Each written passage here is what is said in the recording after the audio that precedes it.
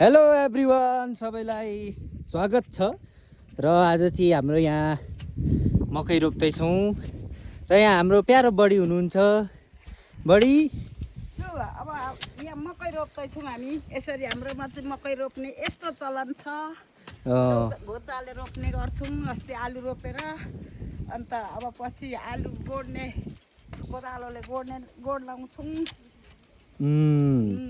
यसरी नै रोप्छौँ आलु बारीमा मकै चाहिँ।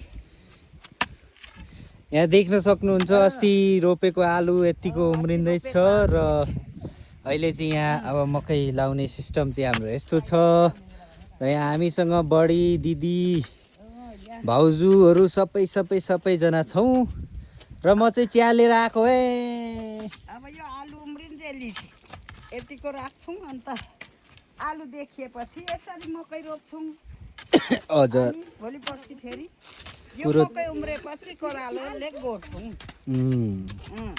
हाम्रोतिर चाहिँ यस्तो सिस्टम छ। के छ तपाईँहरूकोतिर भन्नुहोस् है। तपाईँहरूकोतिर चाहिँ कस्तो के छ?